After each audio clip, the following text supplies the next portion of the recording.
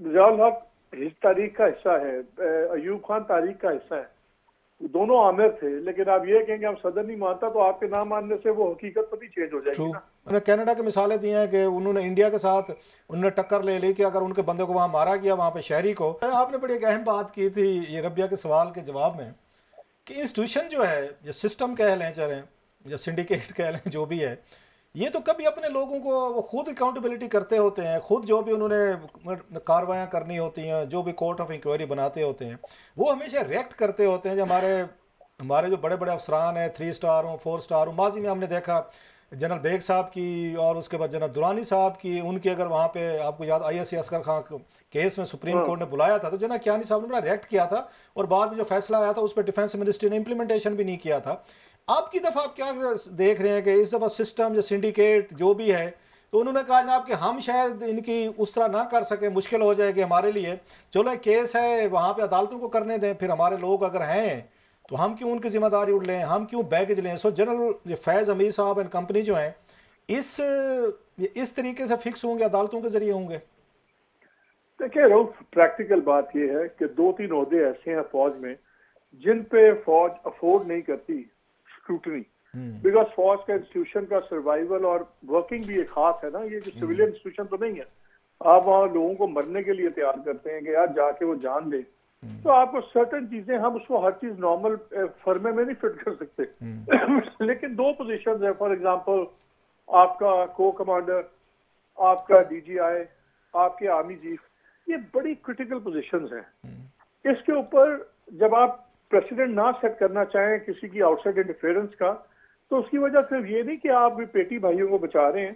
آپ ایک انسٹیٹیوشن کی ورکنگ کو بڑا ضروری ہے کہ سیکنڈ گیسنگ نہ ہو۔ دیکھیے اگر کور کمانڈر کو آپ کریں گے جس کے نیچے 5000 بندہ ہے، تو آپ اگر اس کو سیکنڈ گیس ہونے کا موقع دیں گے یا اس کو لگے کہ یہ فیلیبل آدمی ہے،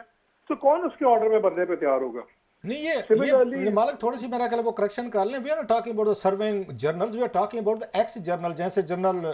ان کا تھا، بیگ کا تھا، جنرل درانی کا تھا، یا جنرل فیض حمید کی بات ہو رہی ہے۔ جو آپ نے فیصلے کیے ہوتے ہیں صحیح یا غلط، وہ تو آپ نے ایز اے سرونگ جنرل کیے ہوتے ہیں نا۔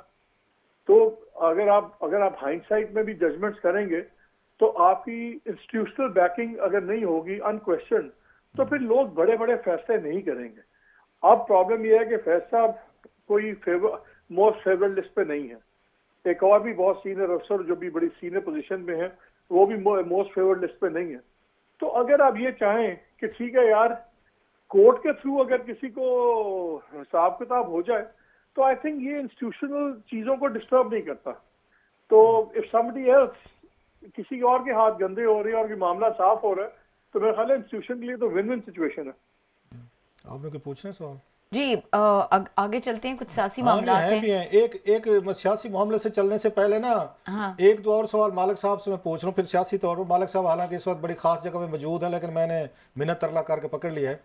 سر یہ بتائیے گا آج یہاں پہ وہ کینیڈا کا ذکر بھی ہوا ہے سر، کینیڈا کی شخصیت، وہ کینیڈا شخصیت میرا اگر ریفرنگ ٹو وہ طاہر القادری صاحب کی بات ہو رہی تھی، پھر اعجاز الحق صاحب کے حوالے سے ان کے والد صاحب کے حوالے سے بھی ہوا کہ جناب کہ انہوں نے کہا جناب کہ جنرل ضیاء الحق صاحب جو ہیں وہ صدر ہی نہیں تھے۔ سو عدالت کا جو موڈ ہے، ماحول ہے، اور جس طرح انہوں نے آج آپ بتا رہے ہیں کہ یہاں پہ رضوی صاحب ہو گئے، طاہر القادری صاحب ہو گئے، ساتھ میں یہ ہو گئے اعجاز الحق صاحب، جنرل فیض صاحب اور دیگر لوگ، وہ تو سارے جو اس دور کے کریکٹرز ہیں، شاید کسی سٹیج پہ خان صاحب کا بھی ذکر آ جائے گا کہیں نہ کہیں پہ، کیونکہ یہ بھی اس وقت انہوں نے بھی سٹیٹمنٹ دیے تھے، آپ کو یاد ہوگا پوزیشن میں تھے۔ سو گیم تو کسی اور سائڈ پہ جا رہی ہے۔ طاہر القادری صاحب کا رول اسپیشلی انہوں نے کینیڈا کی مثالیں دی ہیں کہ انہوں نے انڈیا کے ساتھ انہوں نے ٹکر لے لی کہ اگر ان کے بندے کو وہاں مارا گیا وہاں پہ شہری کو، تو ان کا ایک شہری آتا ہے اس نے آ کے ہمارے یہاں پہ عذاب کھڑا کر دیا تھا، تو اس کے خلاف کارروائی کیوں نہیں ہوئی؟ میرا خیال ہے چیف جسٹس صاحب ویسے زبردست کام کرتے ہیں، تھوڑا سا ان کو ریسٹرین کرنا چاہیے کامنٹس کے اوپر، اور کچھ تاریخی حقیقتیں ہیں۔ ضیاء الحق تاریخ کا حصہ ہے، ایوب خان تاریخ کا حصہ ہے، دونوں عامر تھے، لیکن آپ یہ کہیں گے ہم صدر نہیں مانتا تو آپ کے نام ماننے سے وہ حقیقت پتہ چینج ہو جائے گی نا۔ ہاں، سو آئی تھنک تھوڑا سا کئی باری وہ ذرا ریسٹرینٹ ہونا چاہیے، جس طرح ہم پریکٹس اینڈ پروسیجر کیس سب چل رہا تھا، تو اس میں مجھے کئی جگہ محسوس ہوا کہ سی جے صاحب تھوڑا سا پوائنٹ سے آگے چلے جاتے ہیں، اور آئی تھنک جو ان کے ساتھ ہوا ہے، اور فیض آباد کے یاد ہے آپ کو، فیض آباد کے بعد تو سارے کنوینس تھے ججمنٹ کے بعد کہ یہ کبھی چیف جسٹس نہیں بن پائیں گے۔